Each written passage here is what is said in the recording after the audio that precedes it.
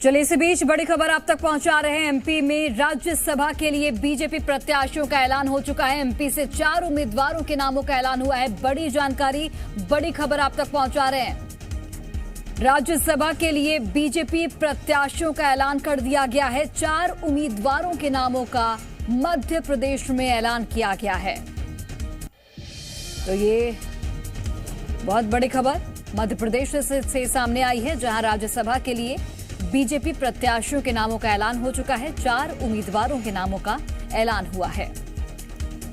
तो ये बड़ी जानकारी आप तक पहुंचा रहे हैं। 4 उम्मीदवारों के नामों का ऐलान हुआ है। हालांकि अभी तक पुख्ता जानकारी नहीं है कि वो 4 नाम कौन कौन से हैं। थोड़ी देर में हम आपको वो भी बता देंगे कि 4 नाम कौन कौन से हैं जिनके नामों का ऐलान किया गया है। राज्यसभा के लिए 4 उम्मीदवारों के नामों का मध्य प्रदेश में बीजेपी की ओर से ऐलान किया गया है।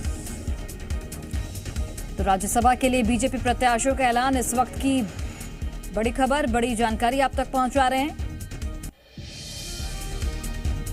कांग्रेस में भी अटकलें चल रही थी कि नामों का ऐलान हो जाएगा, क्योंकि यहां पर कमलनाथ भी रेस में थे। इसके अलावा एक और बड़े नेता हैं कांग्रेस के, वो भी रेस में चल रहे थे। अब बीजेपी ने भी 4 उम्मीदवारों के नामों का यहां पर ऐलान कर दिया है। तो बड़ी खबर आप तक पहुंचा रहे हैं।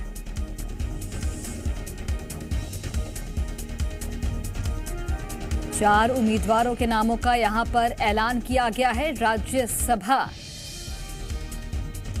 के लिए बीजेपी ने 4 प्रत्याशियों के नामों का ऐलान किया।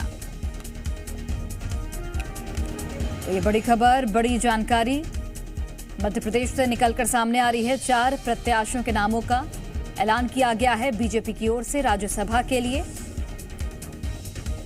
कल यहां पर हमने देखा था कि कमलनाथ ने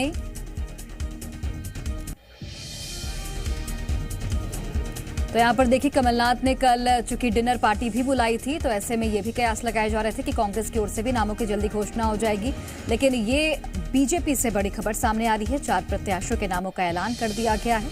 4 उम्मीदवारों के नामों का यहां पर ऐलान हो चुका है। मध्य प्रदेश से इस वक्त की बड़ी खबर, बड़ी जानकारी आप तक पहुंचा रहे हैं। राज्यसभा के लिए बीजेपी प्रत्याशियों का ऐलान कर दिया गया है। 4 उम्मीदवारों के नामों का ऐलान हुआ है।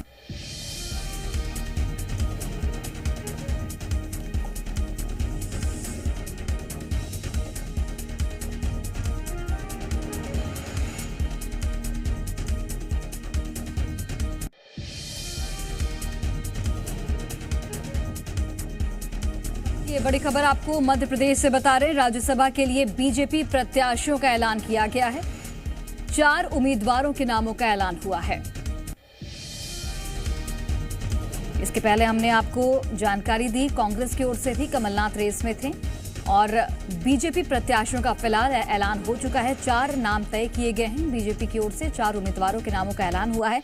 हालांकि वो 4 नाम कौन कौन से हैं इसकी जानकारी अभी तक नहीं मिल पाई है, लेकिन ये पुख्ता जानकारी है कि 4 प्रत्याशियों के नामों का ऐलान हो चुका है।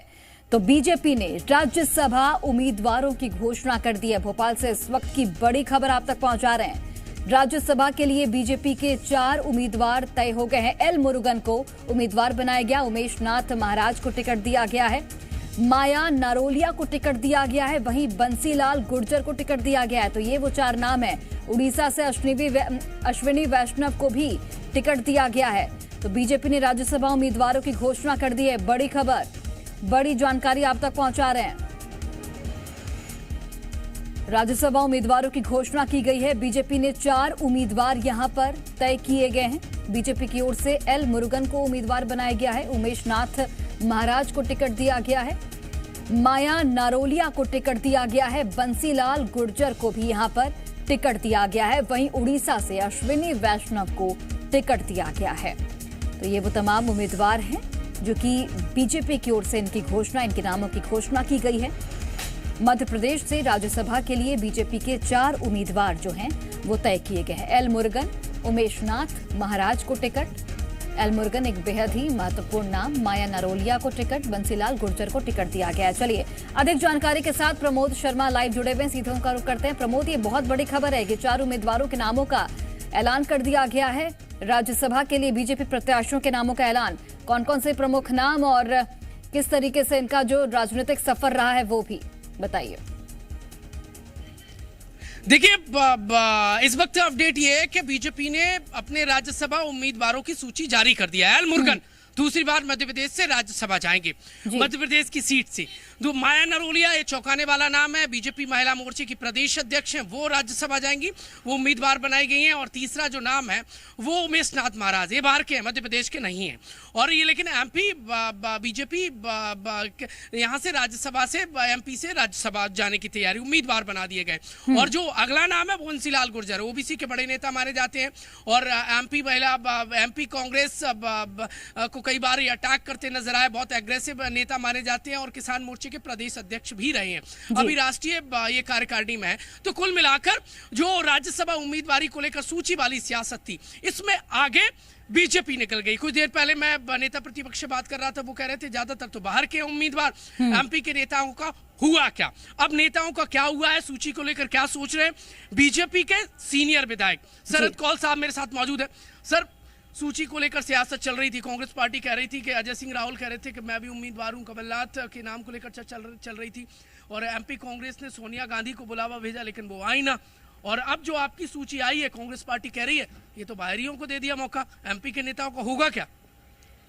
ये उनको अपने अंदर झांकना चाहिए, अपने दल के अंदर माननीय सदस्यों को, जिनने भी ये कह रहे हैं, जो बीजेपी के ऊपर उंगली उठा रहे हैं। निश्चित तौर पे जनादेश जो जनता ने दिया है वो भारतीय जनता पार्टी के पक्ष में है और जो काम करता है, जो वर्कर है, जो पार्टी के निष्ठा के साथ काम करता है जमीनी स्तर पर, उसको मौका मिलता है। ये पार्टी का फॉर्मूला ये है कि जमीन में काम करने वाले व्यक्ति का महत्व समझा जाता है और उसको मौका दिया जाता है। एक सीट की लड़ाई है कांग्रेस पार्टी की, वो सीट को लेकर बीजेपी की क्या प्लानिंग है?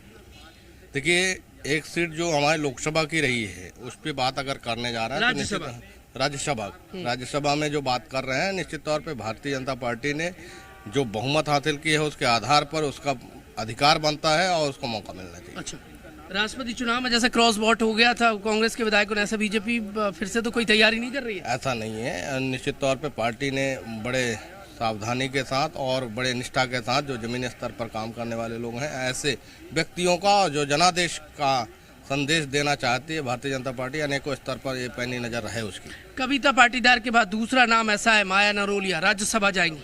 निश्चित तौर पे बड़े गौरव का विषय है कि जो हमारी पार्टी ने फार्मूला तय किया है कि महिलाओं का भी आरक्षण जो है हमारा प्राथमिकता का विषय है। और हमारे जो प्रदेश अध्यक्ष हैं ये महिला मोर्चे की आदरणीय श्रीमती माया नरोलिया जी, पार्टी ने बहुत अच्छा संदेश दिया है जमीनी स्तर पर कार्यकर्ताओं को मोबिलाइज करने के लिए और काम करने के लिए। एल मुरुगन दोबारा दूसरी बार और उमेश नाथ महाराज को भेजने का, उम्मीदवार बनाने का जो फैसला लिया है, बीजेपी के नेता नाराज तो नहीं हो जाएंगे कि बाहरी एमपी? कोई नाराजगी नहीं है। भारतीय जनता पार्टी का इतना बड़ा दिल है, उसके कार्यकर्ताओं का इतना बड़ा दिल है कि निश्चित तौर पर पार्टी के अंदर कहीं पे भी देश के अंदर जो भी काम करने वाला व्यक्ति है उसको मौका मिलेगा, शास्त्र स्वीकार करेगा। Thank you so much Zee media से। बीजेपी के विधायक, आदिवासियों के बड़े नेता शरद कौल से हम बातचीत कर रहे थे। लेटेस्ट अपडेट ये है कि बीजेपी ने बाजी मार ली है उम्मीदवार तय करने को मामले को लेकर। कांग्रेस पार्टी में बहुत चर्चा हुई कि ये राज्यसभा के उम्मीदवार बनाए जाएंगे, ये बनाए जाएंगे, लेकिन सूची अब तक आ ना पाई। कल देर रात को नेता प्रतिपक्ष में अभी बातचीत कर रहा, रात को भी उन्होंने कहा था कुछ ही क्षण में आ जाएगी, लेकिन सूची ना आ पाई। बीजेपी ने उम्मीदवारों की सूची का ऐलान कर दिया। बिल्कुल, एल मुरुगन दोबारा जाएंगे मध्य प्रदेश से राज्यसभा। जी बताइए। एल मुरुगन दोबारा राज्यसभा जाएंगे एमपी के कोटे से। उमेश नाथ महाराज एक बाहरी नाम है, एमपी के नेता नहीं है। और तीसरा जो नाम रहने वाला है वो है, ज्यादा कुछ देखिए, माया नरोलिया। महिलाओं को साधने की जो सियासत चली है उसमें महिला मोर्चे के प्रदेश अध्यक्ष और इनके विधानसभा चुनाव लड़ने को लेकर बहुत कयास लगाए जा रहे थे। महिलाओं की बड़ी इन्होंने पेशकश की है चुनाव लड़ाने को लेकर, महिला लीडरशिप को बढ़ाने को लेकर। एमपी में जिस तरीके से महिलाओं को कनेक्ट किया है महिला मोर्चे की प्रदेश अध्यक्ष, उसका तोहफा इनको मिल गया माया नरोलिया। और बंसीलाल गुर्जर, ये गुर्जर समाज से आते हैं, ओबीसी के बड़े नेता हैं, किसानों से जुड़े नेता हैं। और जिस तरीके से किसानों को लेकर मध्य प्रदेश से लेकर दिल्ली तक जो लड़ाई चल रही है, और ऐसे में किसान नेता को मौका देकर बीजेपी ये बताना चाहती है कि वो किसानों की हितैषी पार्टी है। लिहाजा अब ये सूची जारी बीजेपी ने कर दी है। 4 जो नेता हैं उनको उम्मीदवार बनाया गया। 3 नए नाम है और एक पुराना नाम जो दोबारा एल मुरुगन का है। बिल्कुल, कई समीकरण को यहाँ पर इन 4 नामों से साधने की बीजेपी की ओर से कोशिश प्रमोद। और कांग्रेस का चूंकि एक ही सदस्य राज्यसभा में जाएगा और उसको लेकर भी खींचतान की स्थिति जो है वो देखने को मिल रही है। कल कमलनाथ के यहाँ जो डिनर डिप्लोमेसी, जो डिनर पार्टी हुई, उसके बाद क्या समझा जाए, कब तक कांग्रेस की ओर से नाम घोषित होंगे?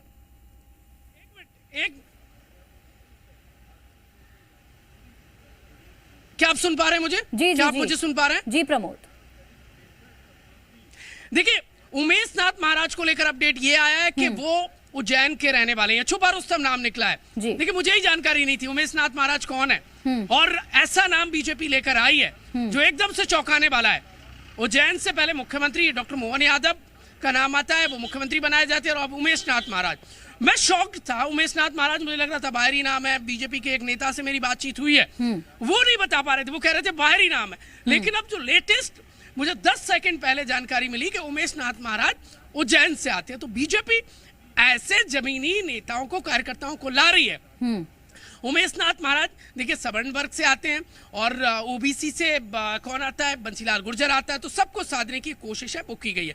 एल मुरुगन दोबारा जाएंगे। बाकी 3 नाम है वो मध्य प्रदेश के रहने वाले, यानी नेता प्रतिपक्ष का जो ट्रंप था कि बाहरी नेताओं को मध्य प्रदेश से राज्यसभा भेजा जा रहा है, कांग्रेस पार्टी जो बीजेपी पर निशाना साध रही थी, वो मुझे लगता है उल्टा पड़ता नजर आ रही है। सूची वाली सियासत में देखिए बीजेपी आगे निकल गई है, बाजी मार गई। B4 बीजेपी B4 बाजी मारती नजर आ रही है, और सूची वाली सियासत में P4 पिछड़ गई है, यानी कौन, कांग्रेस पार्टी। अब कुल मिलाकर कांग्रेस पार्टी की सूची का इंतजार करना होगा। अंदर खाने की खबर तो यह है कि कुछ ब्लैंक पेपर में भी सिग्नेचर कराए गए कांग्रेस पार्टी के विधायकों ने। कल कमलनाथ के आवास पर जो डिनर हुआ है, अब वो कितनी सही है, वो कितनी गलत बात है, वो अपनी जगह, लेकिन उड़ती उड़ती हवा ये चल रही है। कुल मिलाकर बात यह है कि बीजेपी ने ऐसे नाम बीजेपी लेकर आई है जो एकदम से चौंकाने वाले हैं, शॉक्ड नजर आ रहे हैं।